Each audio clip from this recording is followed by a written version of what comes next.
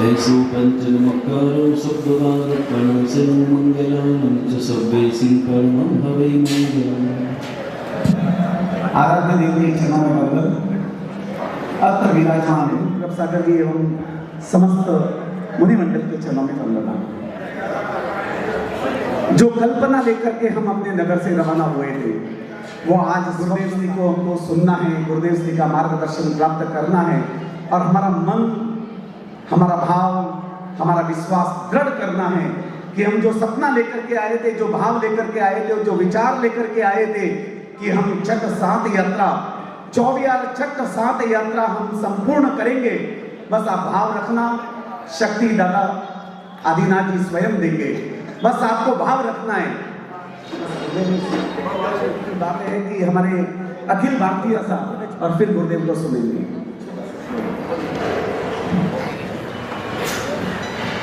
बिना भूमिका के हम सभी गुरुदेव की चरणों में श्रद्धा समर्पण पूरे भारतवर्ष से कहीं से भी जहां से भी आए हैं, आइए दो पंक्तियों के साथ में गुरुदेव के चरणों में अपनी हाजिरी रखेंगे।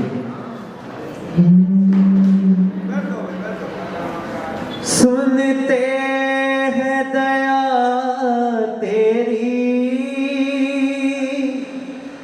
दिन रात बरसती है। सुनते हैं दया तेरी, दिन रात बरसती है। एक बूंद जो मिल जाए, एक बूंद जो मिल जाए, गुरुवर तेरे चरणों की, गुरुवर तेरे चरणों की, ओ करनी ओ तकदीर संवर जाए। इस जीवन की बस ये प्राण निकल जाए, ओ गुरुवर तेरे चरण की, ओ घर धूल जो मिल जाए। सच कहता हूँ मेरी, सच कहता हूँ मेरी, तकदीर संवर जाए, गुरुवर तेरे चरणों की। ये कार्यक्रम आज न होता, लेकिन केयूप में भी जिन्होंने अपनी दिन रात, अपनी शक्ति, अपनी ऊर्जा, अपना समय, अपना मन, अपना विश्वास इस कार्यक्रम में लगाया, पिछले 2-3 महीनों से निरंतर इस कार्यक्रम को अपनी जान दे रहे हैं। इस कार्यक्रम के हमारे 2 संयोजक, हमारे अखिल भारतीय खरतरगछ युवा परिषद केंद्रीय समिति के उपाध्यक्ष महोदय श्री पुरुषोत्तम जी सेठिया, और हमारे दूसरे जिन्होंने दोनों ने अपना संपूर्ण समय लगाया, श्री नरपत जी लूड़िया। कहाँ पर बैठे नरपत जी? हाँ, यहाँ हो तो सही किया आपने। छठ यात्रा महोत्सव पर आप सभी तपस्वी सेवाभावी भाई बहनों का हार्दिक स्वागत करता हूँ। सैकड़ों के मातृत्व की यात्रा का सौभाग्य मिलना पुण्य की बात है। 24 छठ का अवसर मिलना प्रभु आदिनाथ जी की कृपा है। हम सभी केएमपी परिवार आपकी सेवा में तत्पर है। आपकी कोई भी तकलीफ हो हमें जरूर बतावें। छठ यात्रा के अवसर पर मुख्य लाभार्थी श्री रमेश जी, मोहनलाल जी मूता मंडोला की हार्दिक अनुमोदना करता हूँ। इनके साथ मिलने की सहयोगी बने हैं। हम सभी की हार्दिक अनुमोदना। छठ यात्रा के साथियों की भावना सफल हो, इनकी यात्रा निर्विघ्न हो, यही दादा गुरुदेव से प्रार्थना करता हूँ। लगभग आराधक 700 से ऊपर है और सेवक भी 500 है और लाभार्थी 170 है। जय गुरुदेव। इतना जोरदार बोलूँगा कि आप सब सुनने के लिए मेरे को जरूर से जरूर 1-2 मिनट की मेरी मन की भावना है, मैं 2 तारीख को आपको सुनाऊंगा। जो हमारे केयूम के अध्यक्ष महोदय के रूप में अपनी सेवाएं दे रहे हैं, अपना नेतृत्व दे रहे हैं, अपना मार्गदर्शन दे रहे हैं और अपना संपूर्ण समय दे रहे हैं, ऊर्जा भी दे रहे हैं, उनके भी मन के भाव है कि 2 शब्द में भी बोलना चाहता हूँ। तो उनसे भी मेरा करबद्ध निवेदन है, हमारे सुरेश जी लोनिया गुरुदेव श्री की आज्ञा अनुसार कल सुबह जो हमारी 24 छठ यात्रा शुरू होने जा रही है, उसमें कौन वो भाग्यशाली होगा जो सभी आराधकों को विजय तल करके उनकी यात्रा मंगलमय और निर्विघ्न हो, ऐसी परमात्मा आदिनाथ से प्रार्थना करके उनका विजय तिलक करेगा। तो उसके लिए जो भाग्यशाली होगा उसके लिए हम चढ़ावा शुरू करें। मैं मोहित जी से, हमारे केयूम के युवा साथी मोहित जी से निवेदन करता हूँ कि आप वो चढ़ावा।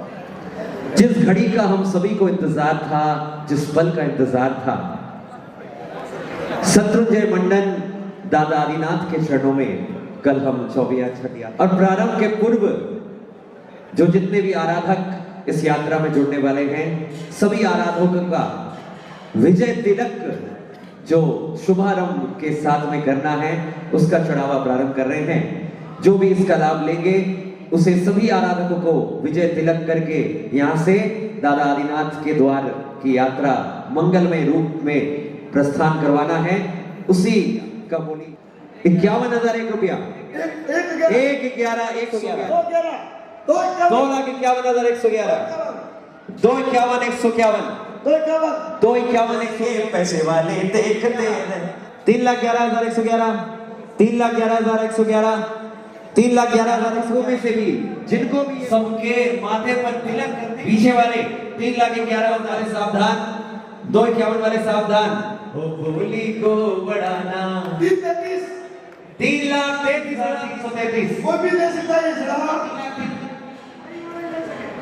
3,33,333, 3,33,333 पूरे परिवार के सहित। चाबी क्या सेठ जी के पास है, तिजोरी की चाबी क्या सेठ 333, 3,33,000 चले नावासी जिन 333, 3,33,333।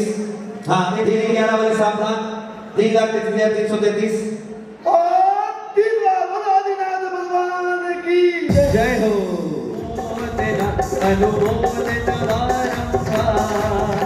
बहुत बहुत अनुमोदना ये लुनिया परिवार।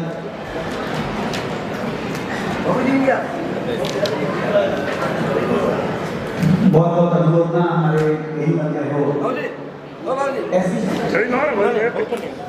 अभी और बड़ी बड़ी ऐसे गुरुदेव दक्षाधिपति आचार्य भगवान के चरणों में निवेदन है कि आप उद्बोधन दें।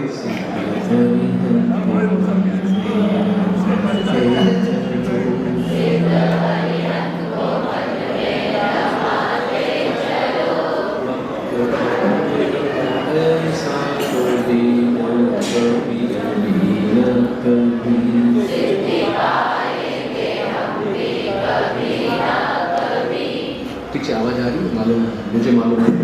आवाज आ रही है भाई?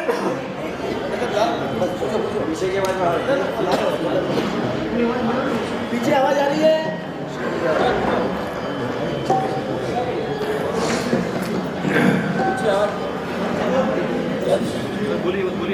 पीछे तक आवाज आ रही है? सिनेमा परिषद,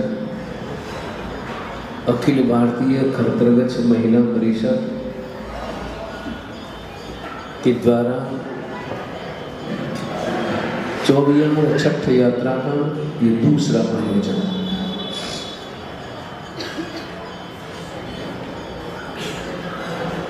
थोड़ी सी भूमिका समझ लें।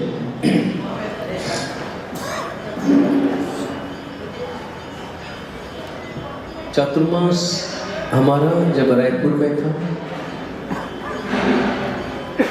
हालांकि उससे काफी पहले समय से मन में ये विचार चल रहा था कि हम अपने युवाओं को एकत्र कैसे करें। पहले विचार था कि हम अपने युवाओं को धर्म के मार्ग पर, धर्म के वातावरण में और ज़्यादा उन्हें कैसे शिक्षित करें, कैसे इसके लिए शिविरों का आयोजन हो और कैसे इसके लिए लगातार संपर्क का, सत्संग का कोई वातावरण बने। बहुत चिंतन चला। परिणाम स्वरूप रायपुर के चातुर्मास में सन 2015 में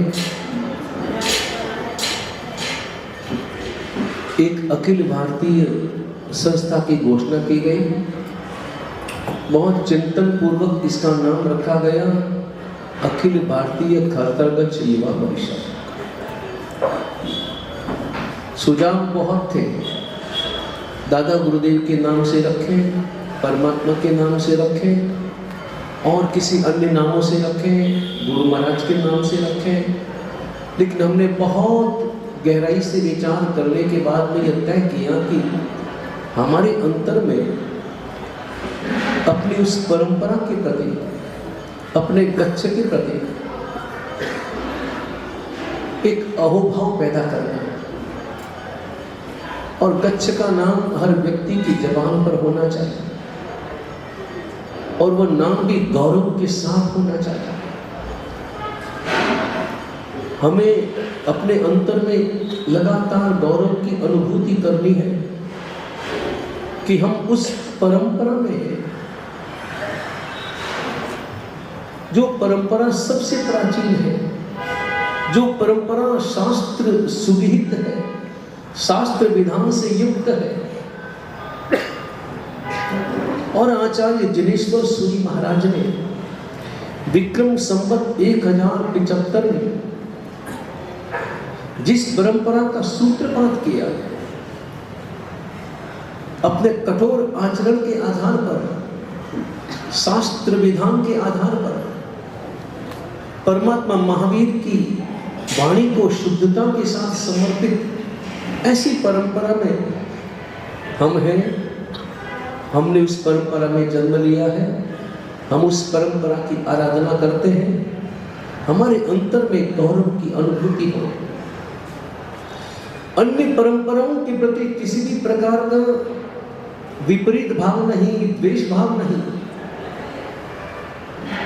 लेकिन अपनी परंपरा के प्रति गौरव का अनुभव।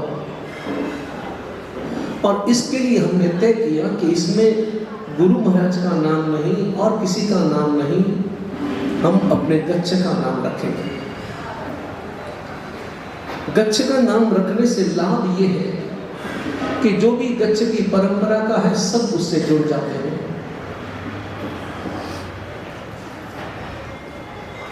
नौ साल पूरे हो चुके हैं, 10वां वर्ष चल रहा है के युग का। उसके बाद में KLP का भी गठन किया गया है ताकि महिलाएं संगठित हो, क्योंकि कुछ काम ऐसे हैं जो महिलाएं कर सकती हैं और कुछ काम ऐसे हैं जो युवा कर सकते हैं। और हमारा अपना पूरा समाज गच्छ के प्रति, शासन के प्रति, धर्म के प्रति, परमात्मा महावीर की वाणी के प्रति पूर्ण रूप से समर्पित कैसे हो। हालांकि मैं ये मानता हूं कि 9 वर्षों में जितनी प्रगति होनी चाहिए थी या जितने सपने हमने देखे थे उतने साकार नहीं हो पाए, उतनी प्रगति भी नहीं हो पाई। कारण बहुत सारे हो सकते हैं, उन कारणों का खुलासा अभी कोई करना नहीं है, लेकिन फिर भी हमारे हृदय में प्रसन्नता है। प्रसन्नता नहीं, परम प्रसन्नता है, आनंद की अनुभूति है कि हमारी संस्थाएं लगातार प्रगति के पथ पर है। और एक बात, प्रगति धीमी होगी तो चलेगा, लेकिन प्रगति लगातार होनी चाहिए। प्रगति धीमी होगी तो भी चलेगा, लेकिन प्रगति लगातार भी हो और हर प्रगति गहराई लिए हो, मजबूती के साथ में। एक परिवार बन गया है केयू और केएनपी का, एक पारिवारिक वातावरण बना है और आज एक पहचान मिली है। केवल थरथरगच्छ में ही नहीं, अन्य परंपराओं में भी केयू की अपनी पहचान है कि केयू नाम का एक संगठन है। निश्चित रूप से हम उन सभी पदाधिकारियों, समस्त सदस्यों, सभी की बहुत बहुत अनुमोदना करते हैं और इसके साथ साथ और ज़्यादा इसका विस्तार करने की, और ज़्यादा सदस्य बनाने की, और ज़्यादा शाखाएं बनाने की, और जो बन चुकी है शाखाएं उन्हें और ज़्यादा सक्रिय करने की हम प्रेरणा देते हैं। ये जिम्मेदारी है पदाधिकारियों की। एक काम करें, पदाधिकारी चाहे वो राष्ट्रीय स्तर की कमेटी के हो और चाहे वो लोकल शाखाओं वाले हो, केवल एक काम करें और वो जिम्मेदारी के साथ होना ही चाहिए। प्रतिदिन 1 घंटा आपको केयू को अर्पण करें। 1 घंटा भी अगर आप प्रतिदिन अर्पण करते हैं, उसके लिए, सोच के लिए, विचार के लिए, संपर्क के लिए, नई योजनाओं के लिए, हमारा विस्तार कैसे हो सकता है? विस्तार में भूमिका, सबसे बड़ी भूमिका है संपर्क की। आपका संपर्क जितना गहरा होगा, जितना प्यार भरा होगा, जितना मिठास भरा होगा, जितना लगातार होगा, उतना ही लोग जुड़ेंगे। वो अपने आप में बहुत जरूरी है। संपर्क, अपनी अपनी जिम्मेदारियों के साथ में संपर्क होना, क्योंकि सूची तो बन जाती है, पदाधिकारी भी बन जाते हैं। इसमें भी सबसे ज्यादा मेहनत करनी है प्रदेशाध्यक्षों को। एक दौरा होना चाहिए, 1 महीने में कम से कम 2 दिन निकालें, 1 महीने में 2 दिन। ये समय आप अपने गच्छ को समर्पित कर रहे हैं, अपने शासन को समर्पित कर रहे हैं, और एक तरह से आप ये समय अपने पूर्वजों को समर्पित कर रहे हैं। आपके पूर्वज जिन्होंने इस परंपरा को आप तक पहुंचाया है,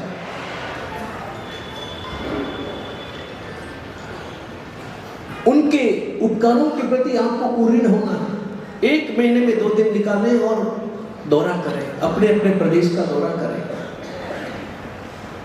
केयू सक्रिय होगा, केएनपी सक्रिय होगी, तो निश्चित रूप से हमारा शासन, हमारा गच्छ, शासन क्या है? गच्छों का समूह ही तो शासन है। शासन अपने आप में कोई स्वतंत्र अस्तित्व नहीं है, गच्छों का समूह वही शासन है। हम जब गच्छ के लिए काम करते हैं तो आप ये मत समझना कि हम गच्छ के लिए काम कर रहे हैं, इसका मतलब है कि हम शासन के लिए काम कर रहे हैं, हम परमात्मा के लिए काम कर रहे हैं। केयू की ओर से वाचन शिविरों का आयोजन लगातार अब होना चाहिए। कुछ तो मेरी भी समस्या है, मैं उतना समय नहीं निकाल पाता हूँ, बिहार बहुत ज़्यादा रहते हैं, लेकिन फिर भी अपने वाचना शिविर हुए, शिखर जी में हुआ, उसके बाद में जहाज मंदिर में हुआ, बाड़मेर में हुआ, उसके बाद में कोरोना आ गया, और अभी अंतरिक्ष में वाचना शिविर हुआ। अच्छा, बहुत, मुझे भी बहुत अच्छा लगा। लेकिन ऐसे 3 दिन के वाचना शिविर, 4 दिन के वाचना शिविर लगातार हर वर्ष, बल्कि वर्ष में 2 बार।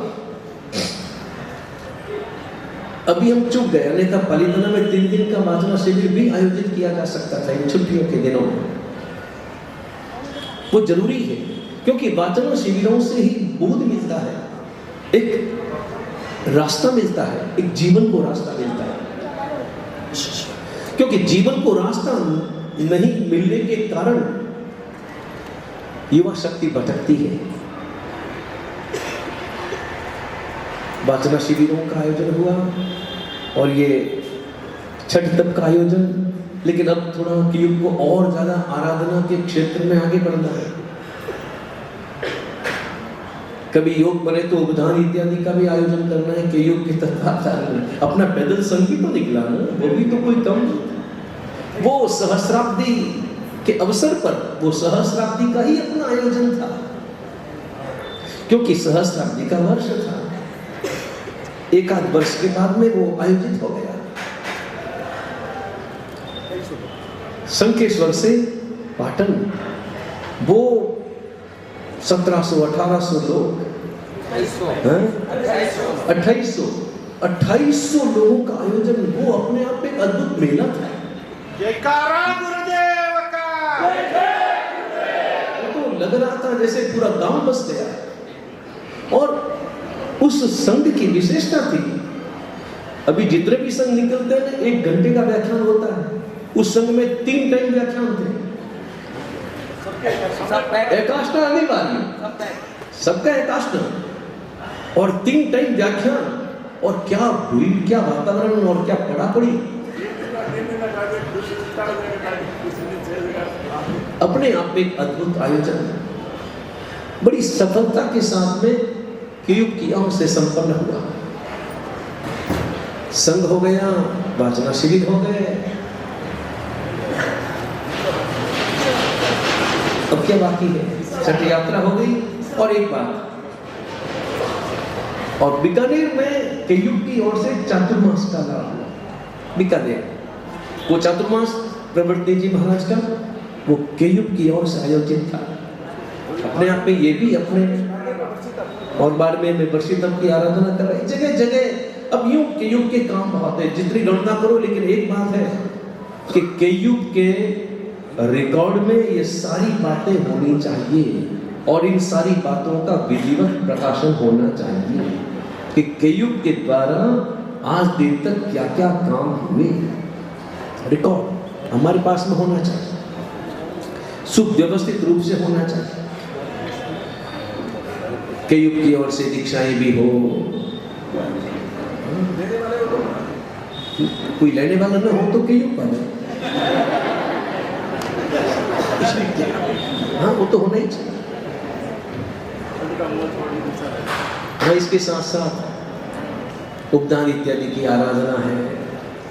स्वाभाविक रूप से आराधना के क्षेत्र में हमें बहुत ज़्यादा आगे बढ़ना है। 24 छठ की यात्रा कल से प्रारंभ हो रही है। बहुत मुश्किल, बहुत आसान, दोनों बातें हैं। बहुत मुश्किल भी और बहुत आसान भी। ऐसा कैसे? जैन रामायण का एक प्रसंग है। भगवान राम सीता की खोज में, क्योंकि सीता का अपहरण कर लिया गया रावण के द्वारा। सीता लंका में, हनुमान जी ने पता लगाया सीता लंका में है। सूचना दी भगवान राम को, भगवती सीता लंका में है, चले। राम चले, लक्ष्मण चले, उनके साथ में जो भी अन्य बाली, सुग्रीव इत्यादि जो भी थे वो सब चले। सुग्रीव था साथ में, बाली नहीं, सुग्रीव। चलते चलते चलते चलते थक गए। थक गए भगवान राम। और जब आदमी थकता है ना, बिहार ग्रुप में जाने वाले लोग काफी हैं। अपने के युग में बहुत ये व्यवस्था सुंदर व्यवस्था है कि वो बिहार में जाते हैं। इसको और ज़्यादा मजबूत करना चाहिए। बिहार की सेवाएं आपकी भरपूर होनी चाहिए, व्यवस्थित होनी चाहिए। जो भी साधु साध्वी भगवंत हो, खड़तरगंज के हो कि दबागंज के, स्थानकवासी हो कि तेरापंथी, लेकिन बिहार ग्रुप की सेवाएं आपकी पूर्ण रूप से होनी चाहिए। बिहार ग्रुप में जो जाते हैं उन्हें पता होगा कि जब कोई चलते चलते थक जाते हैं, आप भी थकते होंगे, 15-20 किलोमीटर का लंबा बिहार हो तो थकते हैं, तो जब थक जाते हैं तो क्या करते हैं? जब थक जाते हैं तो क्या करते हैं? रुक जाते हैं भाई। रुकेंगे कहाँ? धूप है, सड़क है, कुछ भी नहीं है वहां। बैठेंगे कहाँ? बैठने को जगह नहीं है, छांव भी नहीं है, क्या करेंगे तब? सड़क पर चल रहे हैं। तब उस वक्त में एक काम होता है, सबसे पहले पूछते हैं कि जहां जाना है वो है कितनी दूर। सबसे पहले यही काम होता है, क्योंकि रुक तो सकते नहीं, रुक करके करेंगे क्या? वहां धूप में, और जितनी देर रुकेंगे धूप बढ़ती जाएगी, थकान और ज्यादा बढ़ेगी, तो क्या करना? ऐसा ही प्रसंग भगवान राम के साथ। राम चल रहे थे, पैदल चल रहे थे, कोई रथ नहीं थे, कोई घोड़ा गाड़ी नहीं थी, कोई कार नहीं थी, कुछ भी नहीं था, पैदल चल रहे थे। राम, लक्ष्मण, सुग्रीव और अन्य सब। तो राम थक गए तो उन्होंने सुग्रीव से पूछा, जो साथ में होते उन्हीं से पूछते हैं, आपस में बात करते हैं, उनको मालूम हो कि नहीं हो, मगर पूछने से भी मन थोड़ा राजी हो जाता है।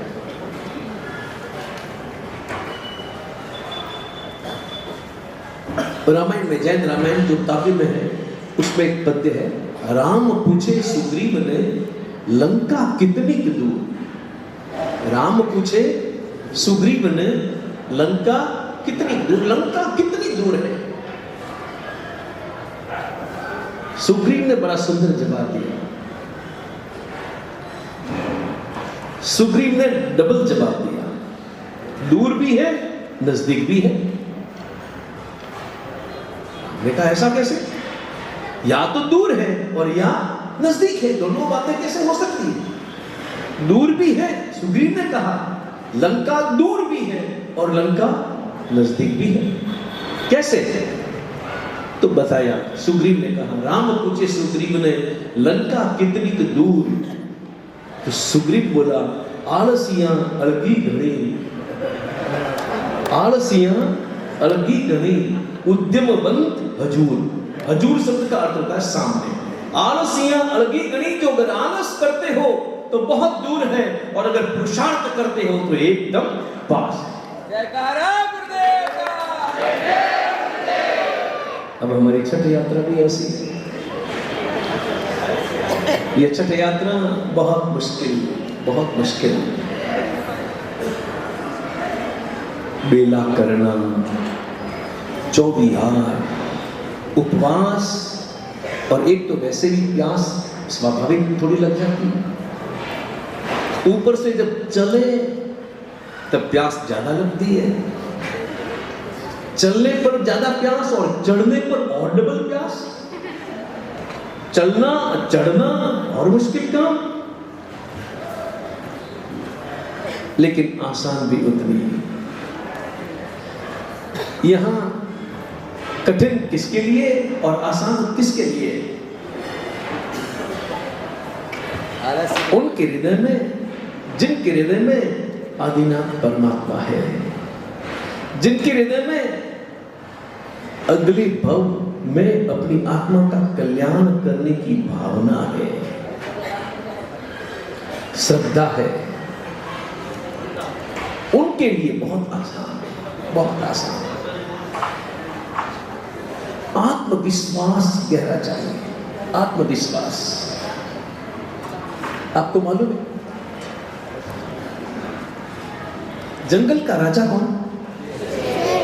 शेर राजा क्यों है? शेर राजा क्यों? ताकत के कारण? ताकत तो हाथी में ज्यादा है, शेर के पास में ताकत ज्यादा या हाथी के पास में ताकत ज्यादा? हाथी के पास में ताकत ज्यादा है। दौड़ने की क्या है शेर के पास में? अगर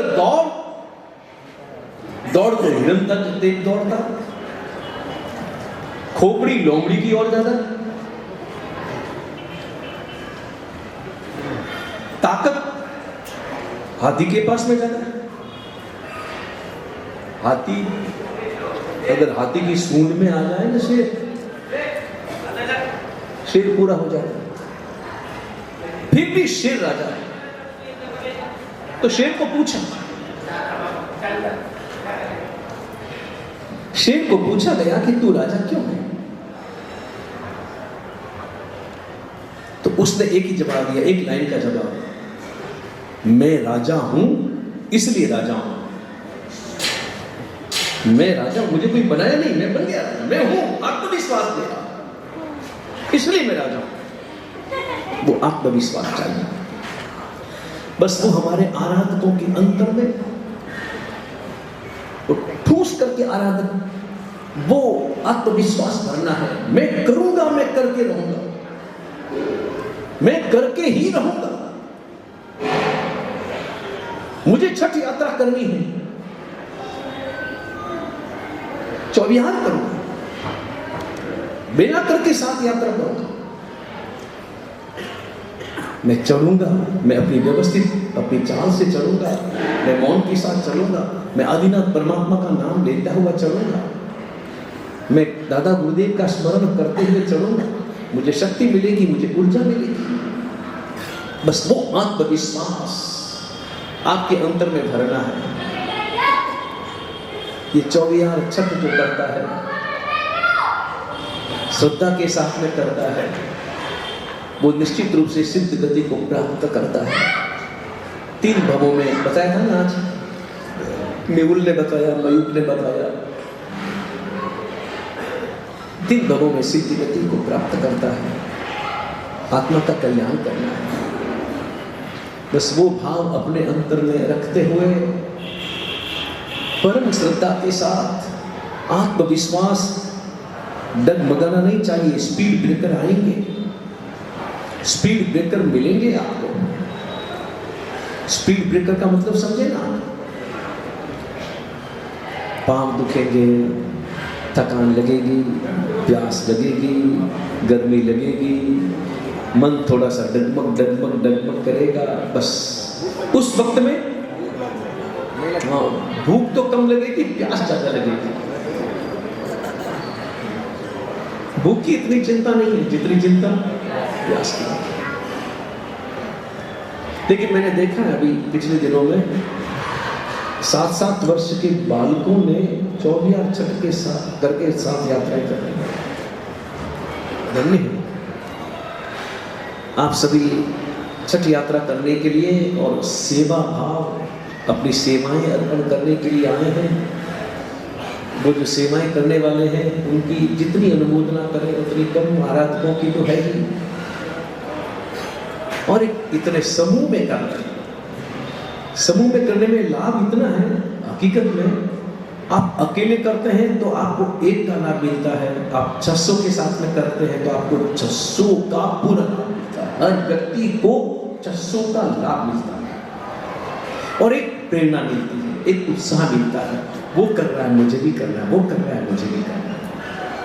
कितने ही मुझे बताया आज कि कितने ही सेवा करने के लिए आए हुए लोग, उन्होंने अपना नाम आराधकों में लिखा दिया है, जोड़ दिया है। निश्चित रूप से हम सभी की बहुत बहुत अनुमोदना करते हैं। आपकी यात्रा परम आनंद के साथ, परम उल्लास के साथ, परम श्रद्धा के साथ और निर्विघ्न रूप से संपन्न हो, यही हमारे अंतर की शुभकामना। आप परमात्मा का नाम लेते हुए सुबह मंगल पाठ सुनकर लेटी चलेंगे। कितने बजे का कार्यक्रम क्या है वो सभी व्यवस्थित रूप से सूचित कर दें। थोड़ा समय का ध्यान रखना पड़ेगा क्योंकि आपको 7 यात्रा करनी है। 7 यात्रा में कल 5 या 6, 5 अथवा 6 कर लेंगे और लाभ, क्योंकि परसों फिर 1 ही करनी होगी अथवा 5। बराबर। कल 5 यात्रा तो हर हालत में करनी, कोई ज्यादा विशेष नहीं है। एक यात्रा लंबी, फिर तो वो घेटी पाक तो थोड़ा सा उधर, ये घेटी पाक आ गया।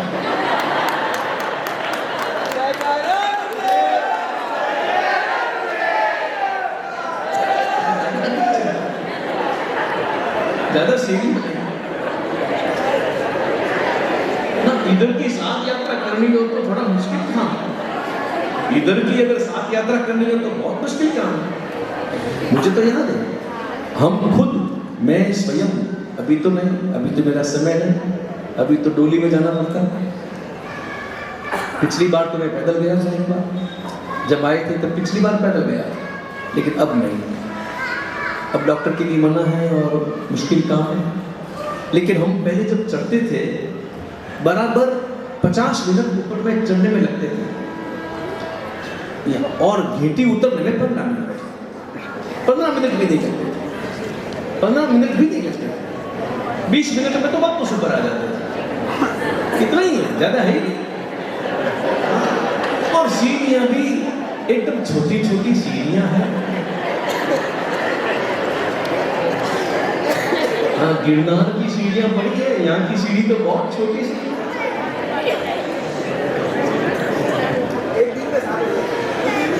हाँ, एक दिन में 7 कर लो तो फिर तो कहना ही क्या।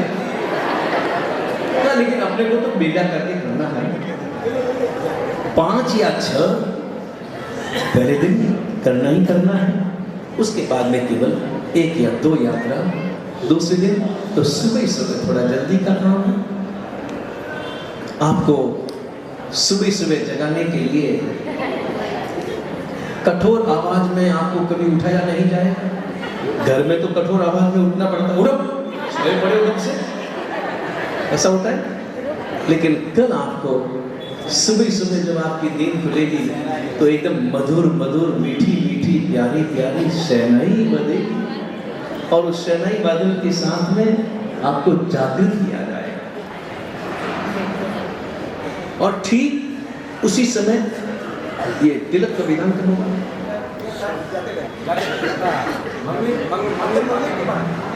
यहीं पर बाहर गेट पर होगा ना, ताकि चलते जाएं। लेकिन थोड़ा ज्यादा संख्या में खड़े हों।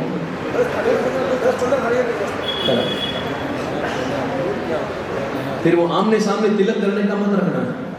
कई स्वाभाविक रूप से कई लोगों के संस्कार हैं पुराने अपने धर्म के और अपनी संस्कृति है कि जब कोई सामने वाला तिलक करता है तो वो खुद भी तिलक करने लग जाता है।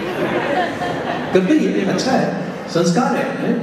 हम तिलक करवा रहे हैं तो पहले तिलक करते हैं, लेकिन कल ऐसा मत करना क्योंकि टाइम लग जाएगा।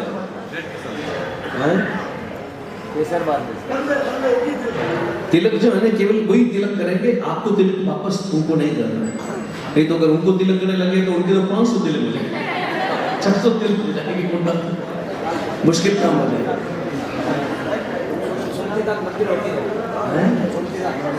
यहाँ से सुनते ना मंदिर तो इधर सामने तो है ना।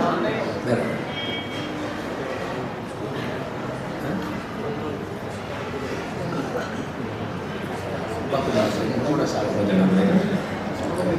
बराबर है। तो तिलक करके फिर यहाँ से आपको ठीक 4:30 बजे यहाँ से प्रस्थान करना है।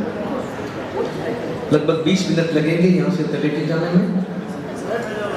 चतुर्विध संघ के साथ बाजते गाजते बरगोड़े के साथ बरगोड़ा थोड़ा लगातार चलाना ताकि 5 बजे आपकी यात्रा प्रारंभ हो जाए। ठंडे ठंडे में आपकी यात्रा प्रारंभ हो जाए। जो केयू कार्यकर्ताओं की व्यवस्था है वो सुन लीजिए।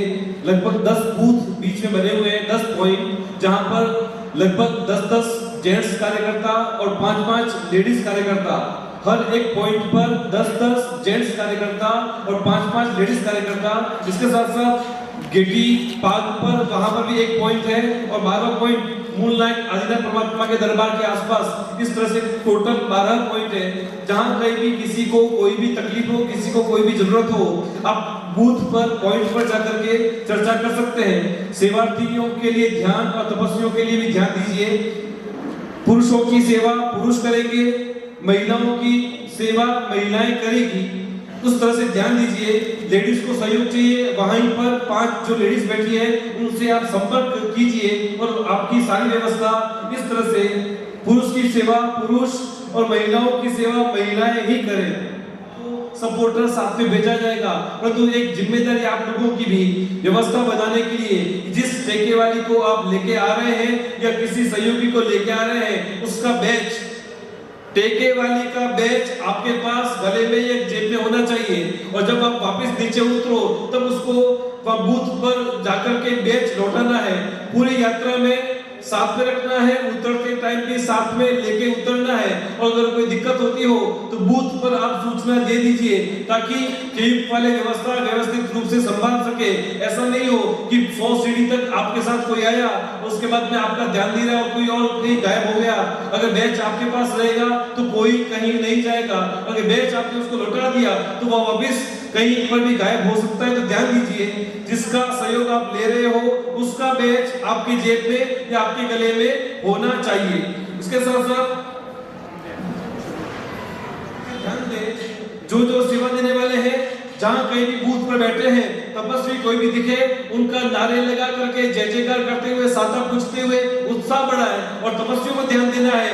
यात्रा कंटिन्यू करना है, कोई भी बैठने का प्रयत्न नहीं करे, सोने का तो सोचे ही नहीं, सोने का तो सोचे ही नहीं। कोई मंदिर पर या ठंडी हवा आ रही है, पसीना हो गया, थोड़ा श्वास ले लेता हूँ, रेस्ट ले लेता हूँ, 5 मिनट 15 मिनट आधा घंटा कहाँ बीत जाएगा पता ही नहीं चलेगा।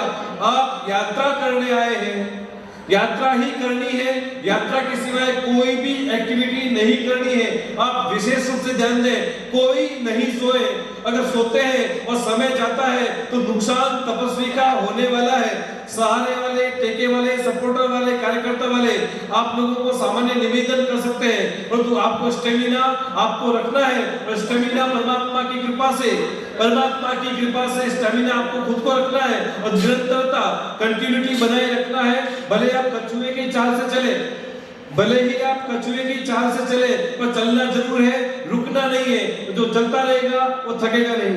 इसके साथ साथ कल सुबह तो सभी को समय पर उठना ही है, प्रतिक्रमण करना है, प्रतिक्रमण के बाद विजय तिलक होगा। परसों तपस्वियों को जो भी सेवार्थी है परसों सुबह में प्रेम से उठाना है, एक बार भी उठाना पड़े, 2 बार भी उठाना पड़े। परसों बहुत साधापूर्वक लगभग लोगों की एक ही यात्रा बाकी रहेगी और कुछ लोगों की 2 यात्रा बाकी रहेगी, तो सेवार्थी ध्यान दें, परसों बहुत प्रेम से उठाना है। और इसके साथ साथ महिलाओं के लिए सांडेरा भवन में और हरिविहार में पहले माले पर एक्यूपंक्चर वाले, मालिश वाली, एक्यूपंक्चर वाली, मालिश वाली और डॉक्टर, इन सब की व्यवस्था महिलाओं के लिए हरिविहार में और सांडेरा भवन में व्यवस्था है।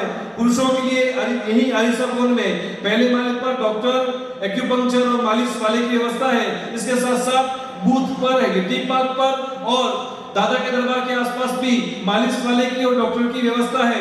किसी को कोई भी दिक्कत है तो वह बूथ पर मालिश वाले से संपर्क किया जा सकता है। और मैंने दोपहर को भी बोला था, आप लोग ज्यादा से ज्यादा मौन रहेंगे, ज्यादा से ज्यादा एनर्जी का सेव करेंगे और रास्ते में मोबाइल का यूज नहीं करें। वहां पर नेटवर्क की भी समस्या है, मोबाइल लेकर के अगर आप चलते हैं तो उसका भी वजन लेके चलना, उसको भी संभालना।